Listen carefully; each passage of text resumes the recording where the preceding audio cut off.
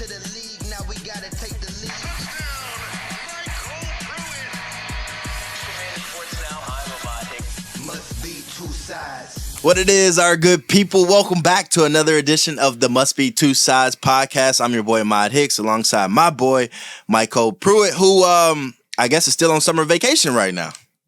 Hey, it's a little extended, but it's all good, man. Hey, I'm kicking my feet up like I told you before. Is this the longest summer vacation you've ever had, bro? It probably is, but it's afforded me some time to sit back and reflect and see where I went wrong in the past and how I can right the ship in the future. So this time though, right now, is there something inside you that's like, dog, I got to get to work? Or is it just like, you know? I'm working every day, man. What are you talking about? what are you talking about, man? I'm getting to it. But not for a team. Look, man, when the time comes, the time comes. God got a plan for me. You got it, and you ain't rushing it right now. Nah, man, but it's happening. It's happening. I hope it happens soon. Yeah, don't worry about it. All right. Well, good to be back for another episode. Good to have my boy in person with us, and we got a treat for y'all today. We do, man. Let's go ahead and talk about today's play. Shedeur Mania. The media is going crazy right now, and I've never seen a third QB with so much newsworthy cycles going on. He wasn't even a third quarterback before this episode. He was really like a fourth string quarterback, but yet he was having press conferences every day. We're going to tap into that. It's a lot to talk about with that. Yeah, for sure. Then his teammate. His own teammate, Dillon Gabriel, throwing shots at him. We're going to talk about that a little bit, man. What's up with that? That's crazy. Wow. We're going to let Ahmad school us a little bit on how some of this media coverage is determined as well. A little bit. And then we're going to talk about cut down day because it just happened. Yeah. A lot of guys going home with their head down. Mm-hmm. Over 1,000 people, lives have just changed drastically. Definitely. But we're going to talk about all that and definitely end out the show how we always do with y'all favorite Kappa Certified. Stay tuned for that, man. It's going to be a good one today. Got some funny stuff coming up. So let's tap into the Shedeur Mania, man. It's been a lot. So just talk to me about what you've been seeing. Bro, it's kind of like what I said in the past episode. Uh-oh. The negativity rises to the top. Every time. The media's been going hard on Shedeur, man. I know you see it. Didn't everybody just praise him after his first preseason game? I saw nothing but positive news on social media. I'm confused, man. And then there was a stark difference after his last. Okay, but it was a stark difference in his play. It definitely was. He got sacked 5 times. The first game, he threw 2 touchdowns. The last game, he threw none.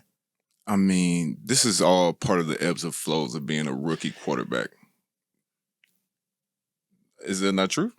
It is, but so there's a learning curve. Shouldn't media cover it truthfully and the way it is? So if it's ebbs and flows in the way he's playing, there's ebbs and flows in the way that they report, correct? Definitely. But I still think that there's some media members out there that's a little more slighted towards the negative. You think so? Especially on Shedeur. You think so? Yeah, man. We can pull up a clip. You want to pull up a clip? Gabe, our producer's in the back. He's gonna pop up. It all came to a head. Tony, I be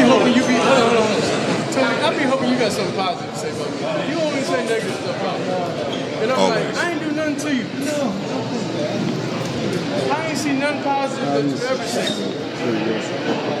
I do something positive every day. What I'm saying? Come on, Tony. What I do to you, Tony?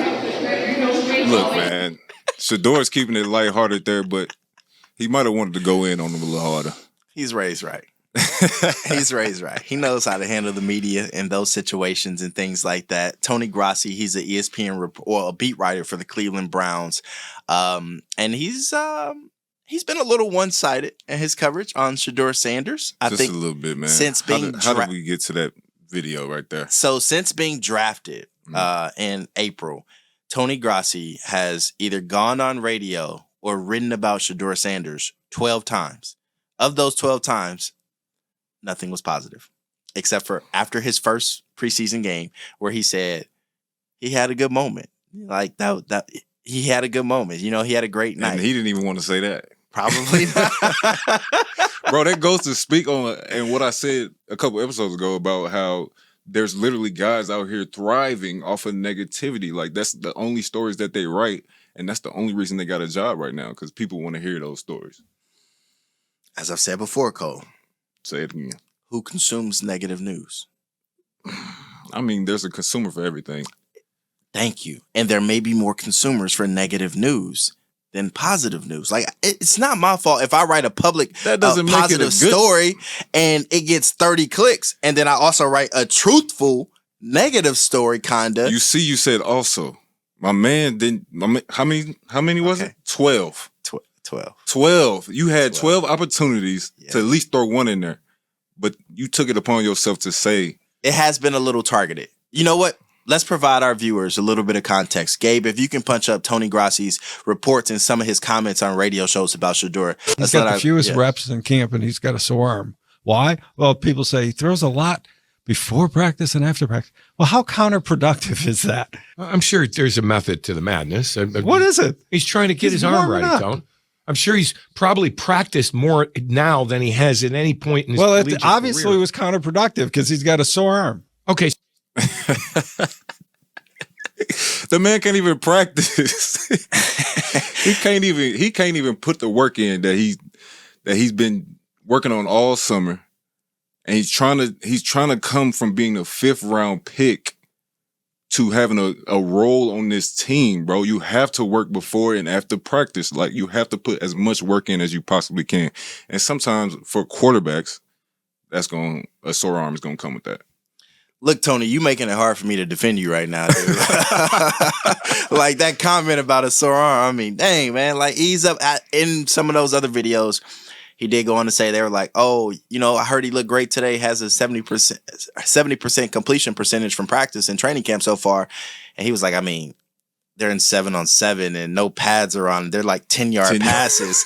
And one of the reporters on ESPN was like, 10-yard passes don't matter, Tone? Like, you telling me 10-yard passes don't matter? He was like, I mean, yeah, but we're providing context. So, like, I understood where he was coming from, where he's like, we're providing context. Like, yes, he is completing passes, but it's on routes on air, or it's against a defense where they're going to let the receiver catch the ball, like, and the guy can't go to the ground. So I get where he's coming from there. But Tony, some of your stories and mentions are a little predetermined. Just a little bit, it sounded like, from what I've seen. And you know, one thing that I saw, Cole. So after the game, you know, Shedeur did that. Tony got asked about it on one of his podcasts. What did he say? He said that he didn't appreciate that moment was recorded by Shedeur's brother, and he didn't appreciate it going viral and getting the attention that it did. Oh, he didn't appreciate some negative press? Mr. Tony Grossi? You didn't appreciate that out of all people? And he said that he was surprised that Shedeur came up to him after the game because he had such a great game and it was his night. And he was like, what about this night makes you want to confront me? So that's what Tony said about that. I ain't gonna lie, that is an interesting subject. Shedeur has been watching, clearly. He's been reading. And he's looking up his name on Twitter. As we talked about before, yes. Looking up his name on Twitter and seeing who's saying negative things and who's not. I think that goes back to something his pop says all the time. Deion Sanders, we keep receipts. Yeah. And that's an interesting tactic to employ. I could see using it as motivation, but I could also see you listening too much to the noise as well. Like, sometimes, especially in the position that you're at right now, which he's been exhibiting, putting your head down and working is the best thing. For sure. But I understand some of that mentality too, man. Michael Jordan, you know, he enlisted that strategy, anything that you can use as motivation to really put it into your game. So it's a, you know, give and take with that.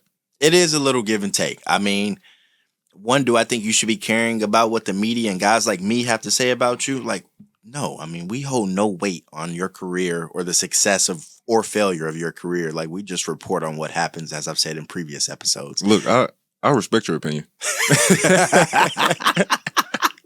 I'm just saying. It's a little difficult to navigate. But speaking of navigating difficulties and overcoming adversity, his teammate, his guy in his quarterback room, his own locker room, had a controversial quote. What was the quote, Cole? What did he say?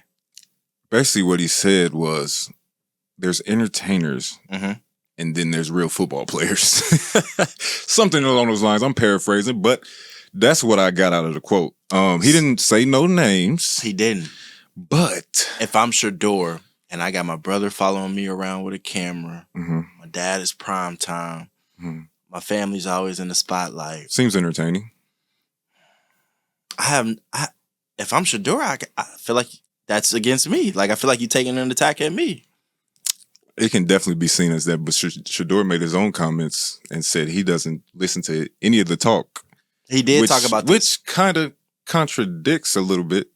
This Dillon Gabriel that we're talking about, the quarterback, he's actually the number 2 quarterback right now for the Cleveland Browns, just came out of the University of Oregon, got drafted before Shedeur.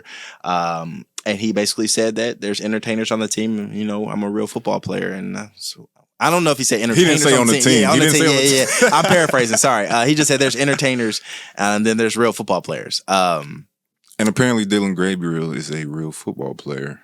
But he's also a real teammate because he made sure to go to Shedeur afterwards and say, hey, that wasn't about you. And then Shedeur was asked about all of that. So, Gabe, if you want to play that clip for our viewers, let's do that.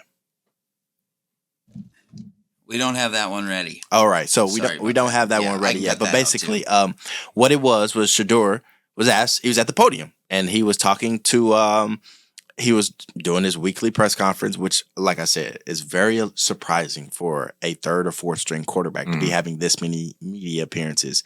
But basically, they asked him, they said, what did you think of Dillon Gabriel's comments? And Shedeur was like, I don't let things that I can't control faze me. He was like, that has nothing to do with me, my outcome. You know, he came up to me on a plane. He told me, you know, it wasn't about me. It is what it is. I don't care. And then a reporter goes, did you believe him? And Shedeur's response was, I feel like you're trying to set me up right now with that response. And it's just like, as a journalist, I didn't feel like that second question was needed. Did you believe him? Because that doesn't matter or not. That's creating another narrative that doesn't need to be created. So that journalist, whoever that journalist was, I maybe understand where they're coming from and what they're fishing for, but I don't think that that's necessary when explaining this story. So I don't agree with the journalist in that light. I mean, Shedeur said it right. He was trying to set him up. He was trying to talk him into something that he or she, whoever it was, right, was trying to talk him into something where he can write another story about how Shedeur is letting this or that distract him. And Shedeur's not gonna go for it, man. He's highly trained. He's well fathered. Yeah, and I think he's doing all right so far, man. The season's coming about. He made the team. He made the team. Made the 53. He has a chance to go hawk Dillon Gabriel down. We'll see who's the real football player, and it's all gonna play out. We keep forgetting Deshaun Watson is a quarterback on that team too, so they technically have 4 quarterbacks. So it's a lot to be unfolded there in Cleveland. Who knows what they're trying to do? But everybody go be tuned in, just like they were for Shedeur's first preseason game. 2.2 million viewers, the highest viewed preseason game in a decade in the NFL. So y'all can talk all bad about Shedeur as you want, but he's clearly bringing in the ratings and he's bringing in the entertainment. He's also playing well. So give the man a shot. I can't wait to see it, man. It's gonna be fun, man. Yeah, it's gonna be funny. Now, since you always talk about media and you talk about storylines, and you didn't like that question that reporter phrased to Shedeur, let's talk about how narratives and storylines are created. Because you feel very, very strongly about this topic. That's what I want to know. I want you to educate us a little bit on this thing, because, like you keep saying, Shedeur is a 5th round pick. He's a 3rd quarterback. There's never been this much of a news cycle on somebody in his position. So, can you explain to us why that may have come about and how some of these other stories get formulated?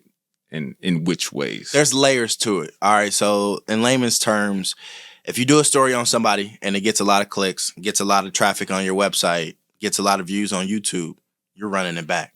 You're doing a follow-up of some sort, or you're chasing that beat because clearly people are invested in that beat. Like, you can go out and go write a story or something and maybe only 30 people look at it. Well, I'm not going to do 2 or 3 follow-ups on this because I already know there's not an interest for that. So you have to do stories that people are interested in. And right now, Shedeur Sanders making this team is a very interesting story. So I think for Cleveland reporters, if you're unbiased and you're going in with just straight down the line, you're like, all right, I'm going to see what he does. I'm going to report on it. That's that. Then you got other people who see storylines on social media and they be like, oh, that's interesting. You know what? I'm going to ask the team about that when I go in the locker room today. Some people get their questions from fans at home. Like, be like, can you talk to so-and-so about this? And blah, blah, blah, blah, blah. So I think it really just depends on the situation that you're in, the moment, and what fans are asking for. Sometimes you just don't even have a story idea that you're going for. You're just going off what they tell you that day. So if a reporter writes a story and it gets a lot of clicks, other reporters or other beat writers going to hop on that same story as well? Is that something that happens?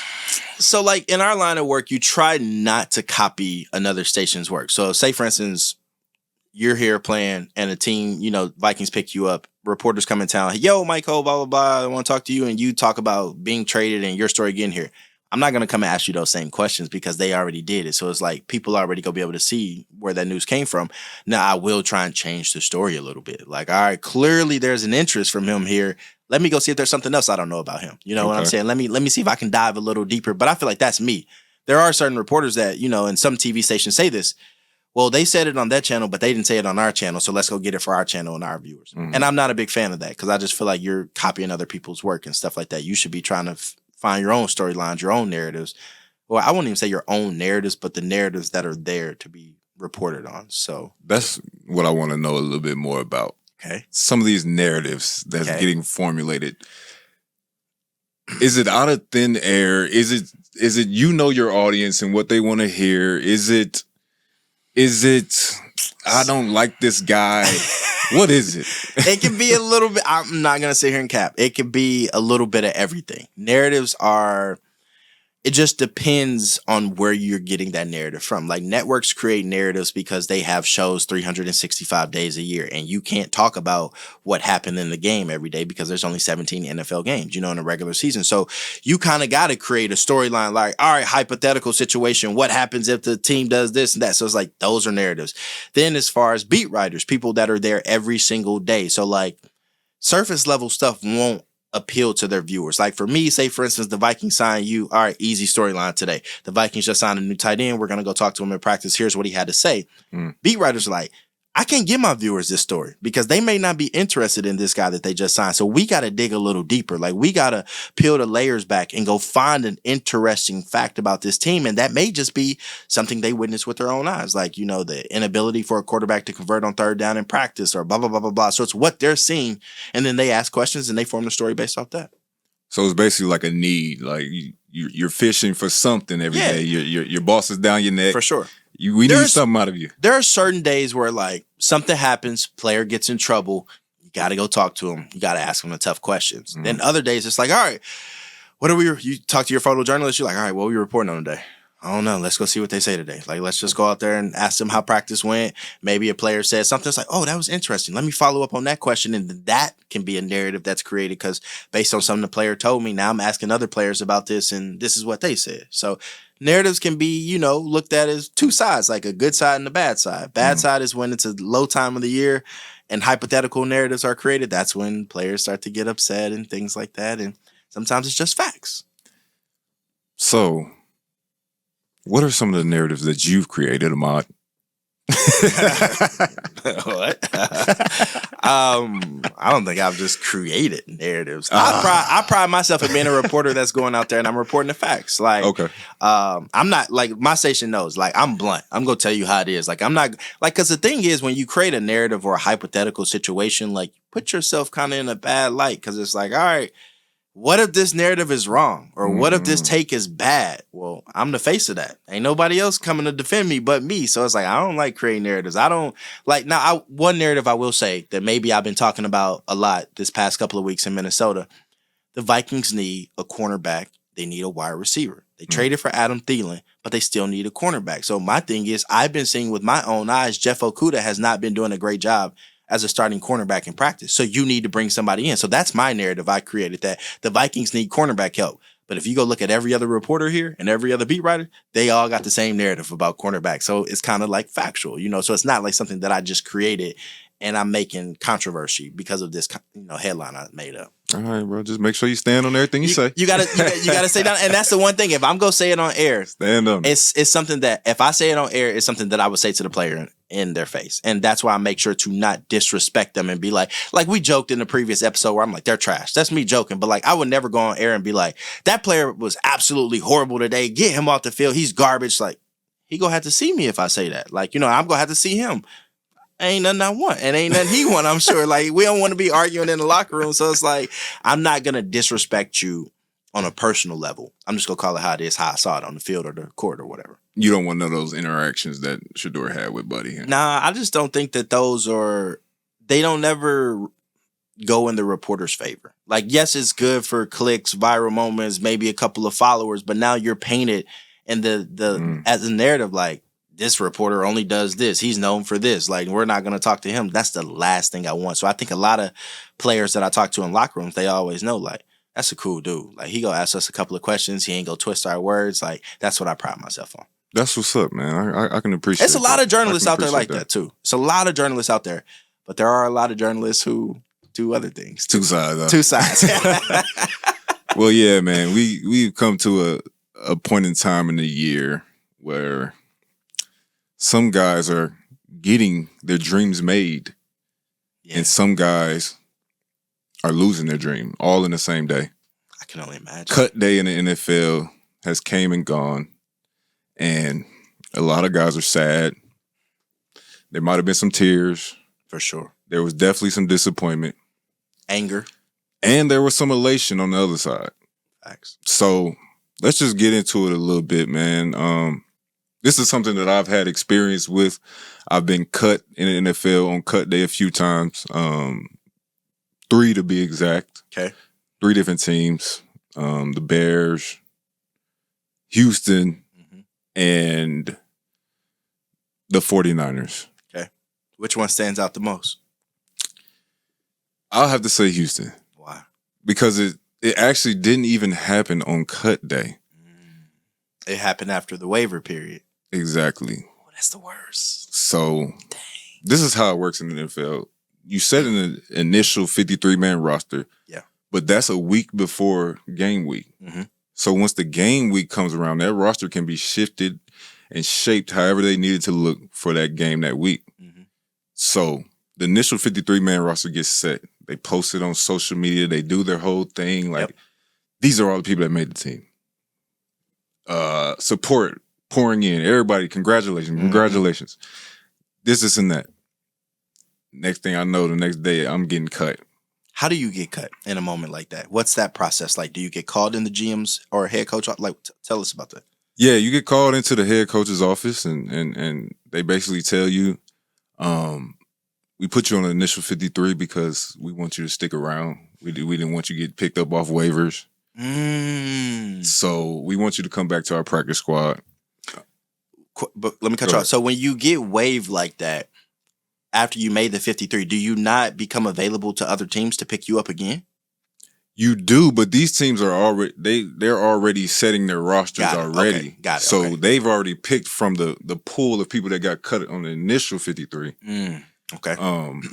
And they're setting their rosters up already. So basically they're hiding me. Makes sense. Okay, that makes a lot of sense. Okay. Yeah. I didn't understand that. They're basically trying to hide me on the 53 until everybody else has made their moves, and then Once they the cut dust me settles, and bring me back to practice squad. So I'm hot. I'm hot at this moment. I look crazy because everybody done said congratulations. Everybody's cheered at everything. And next thing I know, I'm cut. And I got to explain to people, I actually didn't make the team. It's actually crazy.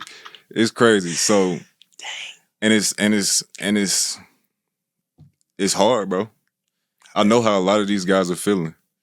Because every time after you got cut, you still had an opportunity to go back and go play that season. I did. I never got cut, and that was it for me. Okay.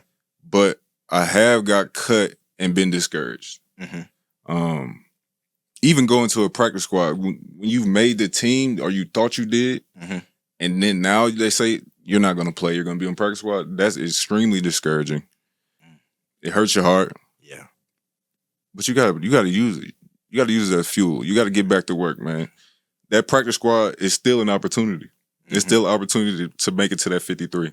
So, but were you that optimistic when you first got cut? Like in your younger years? No, man. I was upset. I was mad. Yeah.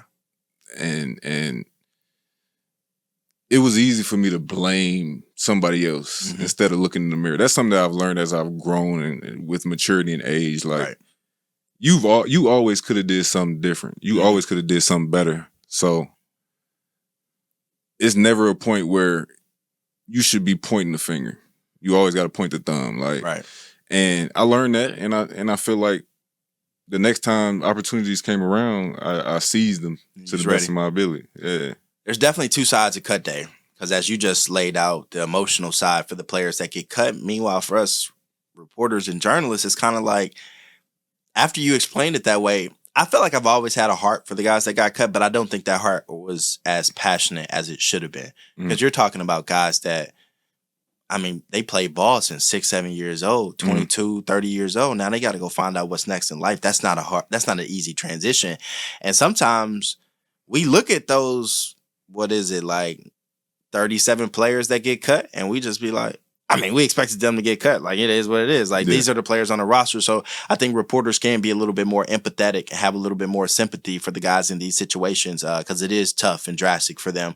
Because I know sometimes we just look at the back half guys as just another number. Like, you know, like you got your 1s and 2s and your 3 deeps. And it's like, all right, well, my notion is, I always say this, when training camp starts, 40 out of 53 positions are already solidified, I feel like. Like, you know, you got your highest paid guys, you got your depth guys, like you guys, you know, you're not letting go. And so it's kind of just like, all right, 13 guys. I mean, it's 40, 50 guys vying for 13 spots. So it's like the realistic odds are like, oh, y'all ain't gonna make the team. But reporters can have a little bit more empathy, I feel like, because we do look at these athletes as just numbers sometimes, and they have lives and families to go back to, and it's not always easy. So I will say, as a journalist, we can do a little bit better on how, I know I can do a little bit better on how we report on cut down day. Yeah, man. And it's kind of like you said, like the viewer or the listener is interested in something, and they're not really too interested in the guys that got cut, Right. which is unfortunate. But a lot of these guys still have opportunity, man. Like I said, don't ever stop until you really know that you got something else you want to move on to. Right. It's always a chance, man. Keep going. And that's what you're telling yourself right now, even though you ain't been cut, but you're telling yourself it's still a chance. It's still a chance. I'm at home now. You ain't retired just yet. I'm with a lot of those other 43, like you said. Yeah. Or 37. I'm right at home with them. Right. But I'm still working. Like I said, I'm working every day, bro. I saw the workout video. That's looking good, baby. Just got to get a team so we can go put those workouts into action and whatnot. All right, so I think it's time for the people's favorite. Is it time for that? It might be time. Is it time for the It might be time, man. Tell them what it's time for. Cap or certified. Let's get it. Good chemistry right there. Good chemistry. Let's go. I'm starting off. I'm starting off. Shedeur was set up to fail. I'm gonna let you go first. I gotta say Cap, bro. I gotta say Cap, man. I'm actually surprised you said that. I have to say Cap. Why? Because, bro, he's still getting the same opportunity as everybody else. He's a 5th-round pick. The way he got drafted may have been a little off. It may have been a little skewed, whatever. But once you get in camp, you still have the same opportunity. You're not going to get afforded the same amount of leash as some of the higher round picks. But that's something that every 5th rounder has to go through. Me, I was a 5th rounder, so I know what it's like. You can be cut at any moment. You seize every opportunity that you go out there. Now, some of these opportunities are going to be with lesser players. Right. But that's something that most rookie quarterbacks go through in a preseason. For sure. Especially ones that weren't the top pick of their team. So I can't really say that he was set up to fail from the jump. This is just how these things go. He still has opportunity. He's on the team. He didn't get cut. Right. He's on the team. So we know how things go with the Browns and how they go through quarterbacks. So once your opportunity comes along, you better be ready. I'm going to have to disagree with you. I'm going to have to go certified on this one. Only because I think that if what Eric Dickerson came out and reported was true, was that basically he was told from a very credible source that the NFL instructed their general managers not to draft Shedeur, to send a message. And Andrew Berry, the GM of the Browns, just went out on the cuffs and said, I'm doing it myself. Like, I'm going to draft him. So if that is true, I think they set him up to fail because this is a guy, like Mel Kiper said, was uber talented, should have been drafted in the first or second round. We let him slide to 5, so you already made it hard. Then you draft him to a team that had Kenny Pickett, Dillon Gabriel, Deshaun Watson, Joe Flacco, like a ton of people on the roster. So it's like you're not even giving him a fair shake, I believe, to begin with. But like you said, he overcame all that adversity and he persevered. So I think that speaks to the player he is and the man he is. But I do think that the NFL set him up to fail at the beginning. But he hasn't failed yet. He hasn't. He hasn't failed yet. But so the setup ain't working. It ain't. And even if he was a first-round draft pick and thrown into a situation where it's not the best for a first-round quarterback, we've seen this many times over and over again. All the time. Where the first-round talent gets tainted by the team and the organization that's around him. So I feel like him being able to sit back and build up this motivation and see how Joe Flacco works and really learn about the NFL, learn from a guy like Myles Garrett on the other side, learn from that defense over there. They got a pretty good defense in Cleveland. So, and he gets to see them every day in practice. Learn these things and implement them when you finally get your chance. And ain't gonna be no failure. So you think it's cap. He wasn't set up to fail. I don't think it was. All right. That's cool. That's good. I don't think it was. All right. Good convo. Good debate right there. Yeah, man. Let's go ahead and go to the next one, man. So players could report on themselves better than journalists could. I want you to answer that first. That's clearly certified. I know my story way better than you know my story. All you taking is a few quotes. You don't know what really happened in the game. You were just sitting in the sideline watching. You don't know what was said in those huddles. You don't know what the coach was coaching on this certain play. You don't understand what's really happening in this game the way I do. Of course I could report on myself better than you could. You done? What you got to say? You know? Cap. Oh, man. Cap. Why? Cap. Why? Y'all ain't gonna ever cover yourselves in a fair light because you're always gonna be able to defer blame. I feel like as an athlete, and I was like, look, y'all don't know the full story. So-and-so ain't passing the ball. So-and-so ain't blocked. So-and-so ain't do this. Whereas it's like, you know what? I should have ran a better route. I should have got open. I should have caught the ball. I'm not Do you saying think no one has any accountability, bro? No. I was just about saying it's not to say that y'all don't have accountability, but let's be real now. After a game, they don't even want to talk to reporters if they have a bad game. So how they gonna report on themselves better than us after a bad game when they don't even want to talk? Y'all be so. Listen, I think the key word in there is could. I just want y'all to go pull up some player press conferences after a loss and listen to how they report on them, how they sound in these games. Y'all be up there like, yeah, just another game. We didn't play good. Oh, okay. What was it about the other team? Nothing. It was on us. Like, dang, bro. Like, when y'all win, man, it was a great game, great team win. We did this, clicking on all cylinders, blah, blah, blah, blah. They don't stop talking. After a bad game, it's like, nah, I ain't talking today. So it's cap. Y'all can't report on y'allselves better than us, bro. Yeah, we could. Whatever. All right. I'm sure I know where MyCole's going on this one. Narratives are created before the player even speaks. That's certified, bro. I'm going to agree with you. That's certified. I'm going to agree with you. These, like I said, y'all on the sideline, y'all watching the game, you're creating a narrative the whole entire time you're sitting there watching it. What he says either goes along with or goes against what you're going to say, but you're still going to formulate it in a way for what your viewers are most likely to consume. But so will you guys. You guys will go in front of the camera and be like, team fault, blah, blah, blah. Team fault. It'd be the most cliche answer ever. Like, oh, it was just a team loss, blah, blah, blah. Instead of being like what the reporter will say. The offense played terrible today. The running backs were bad. The offensive line, didn't block anybody. Wide receivers didn't catch a ball. Look, we can't do that, bro. I know you can't. All we can do is talk about ourselves. And it's a lot of people that take that accountability, bro. Like everybody ain't deflecting like that. I'm not saying they are. But I'm saying the narratives get created based on what y'all do in the sport. And then we go ask you about it. But it's also your opinion. True. On what you're seeing. True. We agree to disagree. All right, next one. Reporters love when athletes clap back. I don't know. I've never had an athlete clap back at me. I feel like that could be a tricky situation.